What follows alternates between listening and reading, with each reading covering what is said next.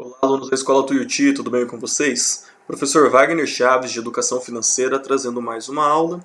Dessa vez, dando sequência às nossas aulas sobre instituições financeiras, bancos, Casa da Moeda, impressão de dinheiro e hoje falando do lastro. Bom, no ano passado eu já falei para vocês mais ou menos o que era um lastro, mas agora a gente vai ver um pouco mais a fundo o que é isso, então vem comigo.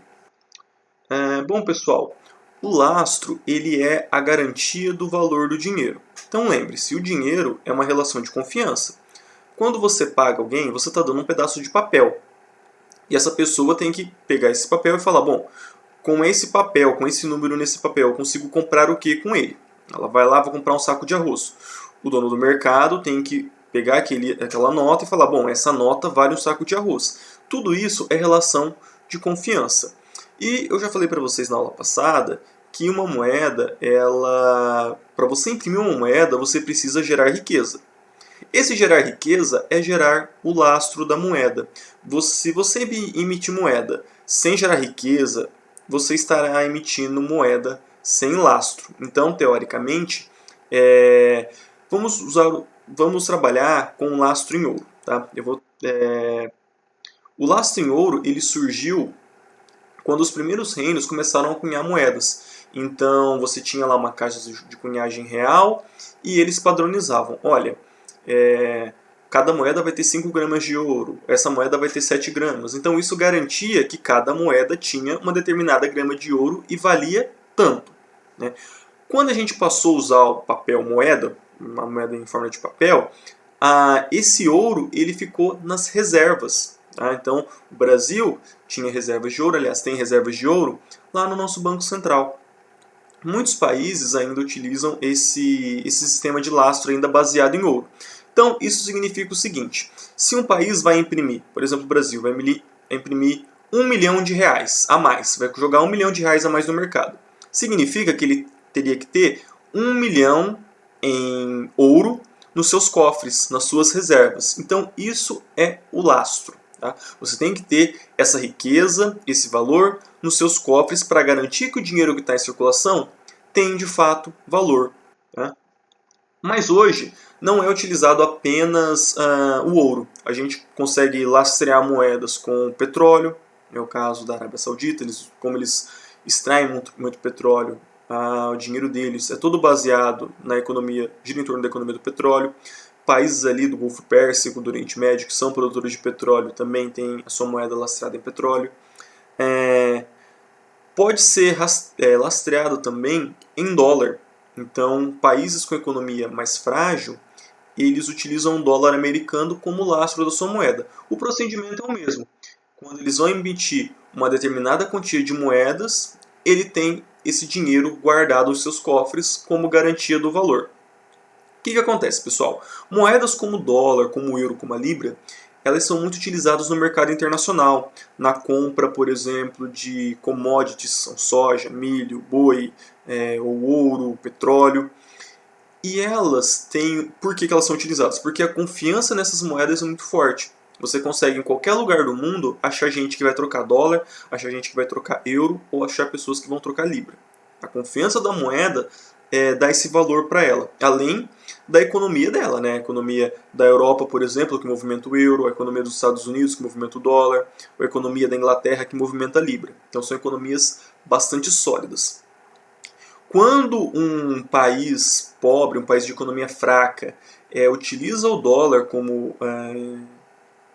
lastro, ele acaba entrando num problema, porque, bom, ele não está gerando muita riqueza, ele não consegue acompanhar a economia americana. Então, eventualmente, quando o dólar sobe, essa moeda não sobe junto. Então, essa moeda acaba sendo inflacionada pela própria dinâmica do dólar. Isso acontece em países pobres, que não geram riqueza e que têm as suas moedas ancoradas em dólar. Tá? Existem vários países que a economia é dolarizada. Então, por exemplo, o Paraguai. O Paraguai utiliza muito dólar. Então, as pessoas, às vezes, que vão para o Paraguai, o que eles estão esperando? Uma queda no preço do dólar para poder conseguir comprar mais no Paraguai. Lá, a economia é extremamente dolarizada. Na Argentina também, extremamente dolarizada. Então, são países que suas moedas não são tão fortes. A do Paraguai é até um pouco mais fraca e a Argentina está passando por uma crise agora. E essas altas e baixas do dólar acabam afetando esses mercados. Por quê? Lembrando, pessoal, o dólar alto pode facilitar para quem vende soja. A soja é negociada em dólar, então se o dólar tá alto, quem vende soja em dólar vai vender mais caro. Entretanto, a gente compra tecnologia em dólar. Então, um dólar alto significa um celular mais caro, um computador mais caro, um equipamento que não é feito no Brasil mais caro também. Tá? Então, não é só economias dolarizadas que sofrem com um dólar alto ou baixo. Tá? Agora, a título de curiosidade, eu trouxe para vocês a antiga nota do Zimbábue. Tá? O Zimbábue é um país da África, um país pobre, e essa nota é de $1 trilhão do Zimbábue. Isso valia, né, quando ele estava em circulação, 40 centavos de dólar. Então, é uma moeda que ela não vale nada. Porque o que você compra com 40 centavos de dólar?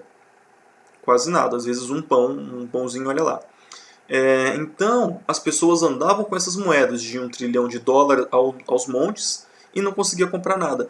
Esse é um exemplo de moeda sem valor. É uma moeda que tem muitos zeros, mas que não tem valor nenhum. Agora, pessoal, só uma coisa. Eu sei que muitos de vocês acompanham a cultura japonesa, e lá eles utilizam o iene. O iene também tem esse monte de zero. Mas o iene é extremamente valorizado. Apesar desse monte de zero que eles têm, né, de trabalhar na casa dos milhares, a moeda deles é bastante valorizada. Tá? Então o Japão é um caso à parte. Normalmente, quando a gente pega um país que as moedas são milhões, trilhões, é uma economia inflacionada, onde a moeda não vale nada. Beleza? E agora uma última curiosidade. Algumas pessoas comentaram comigo, eu tinha visto, mas não comentei com ninguém, mas eu vou trazer para vocês agora, que é essa notícia aqui. Preço do petróleo atinge valor negativo pela primeira vez nos Estados Unidos. Né?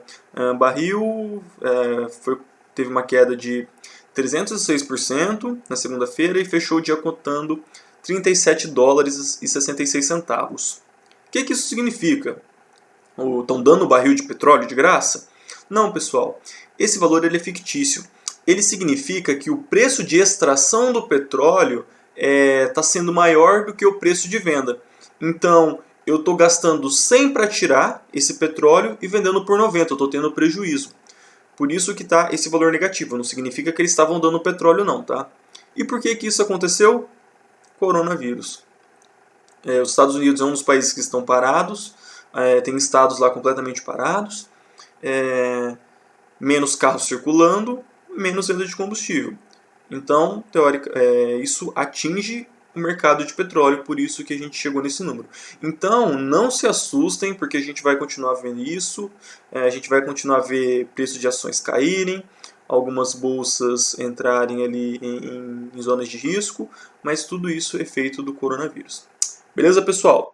Eu vou ficando por aqui, peço que vocês fiquem em casa. Qualquer dúvida é só me consultar nos canais de comunicação da Escola Tuiuti, no Sistema Delta ou na plataforma Plural. Um abraço e até mais!